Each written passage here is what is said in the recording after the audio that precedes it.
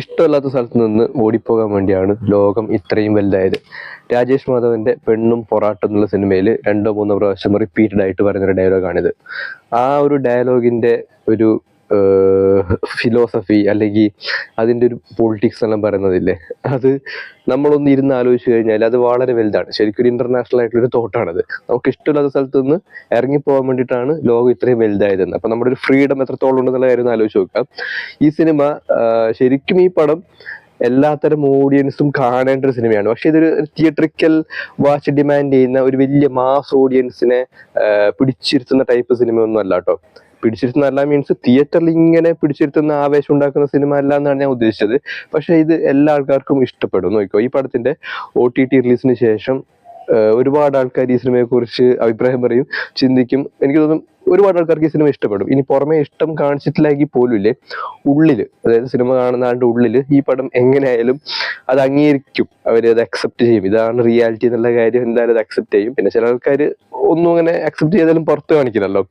അപ്പൊ ഈ സിനിമ കാണുന്ന സമയത്ത് ഞാൻ ഒറ്റയ്ക്ക് കണ്ടുവരുന്ന സിനിമ കേട്ടോ ഇത്. ഈ സിനിമ കാണാൻ വേണ്ടി പോകുന്ന സമയത്ത് ഞാൻ മാത്രമേ ഉണ്ടായിട്ടുള്ളൂ ആദ്യം. പിന്നെ ഒരു 10 മിനിറ്റ് വെയിറ്റ് ചെയ്തു.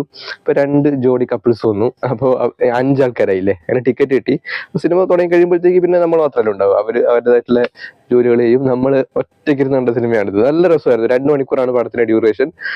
ശരിക്കും നമ്മൾ ജല്ലിക്കെട്ട് സിനിമ ഇല്ലേ, ആ ജല്ലിക്കെട്ടിന്റെ സെയിം പൊളിറ്റിക്സും കാര്യങ്ങളും തന്നെയാണ് ഈ സിനിമയിലും പറയുന്നത്. പക്ഷെ ജല്ലിക്കെട്ടിനെക്കാട്ടിലും കുറച്ചുകൂടി ലൈറ്റർ ആയിട്ട്, കുറച്ചുകൂടി ലോക്കലൈസ് ചെയ്ത് നമ്മളിപ്പോൾ ഒരു കണ്ണൂർ യൂണിവേഴ്സിറ്റി തെരുവ് നാടകമെല്ലാം കാണുന്ന അത്രയ്ക്കും ലാഘവത്തോടെ സിമ്പിളായിട്ട് ആൾക്കാർക്ക് മനസ്സിലാവുന്ന രീതിയിൽ പാലക്കാടിന്റെ പശ്ചാത്തലത്തിൽ ചെയ്തു വെച്ചിട്ടുള്ള ഒരു നൈസ് പടമാണ്.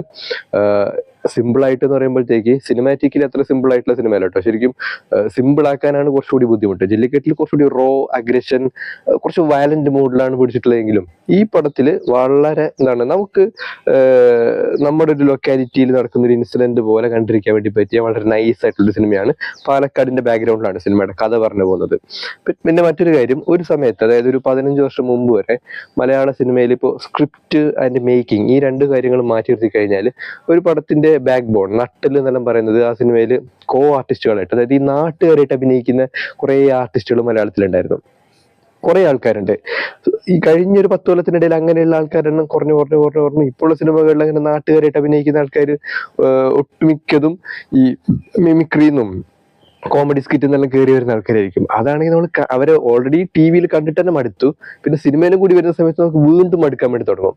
പക്ഷെ ഈ സിനിമയിലേക്ക് വരുമ്പോൾ, അത് പെണ്ണും പൊറാട്ടിലും വരുന്ന സമയത്ത് ഇതിൽ നാട്ടുകാരായിട്ട് ഒരു ടീം അഭിനയിച്ചിട്ടുണ്ട്. എന്റെ മോനെ, അവര് അതുപോലത്തെ ആർട്ടിസ്റ്റുകളെ തപ്പിയെടുക്കുക എന്ന് പറയുന്നത്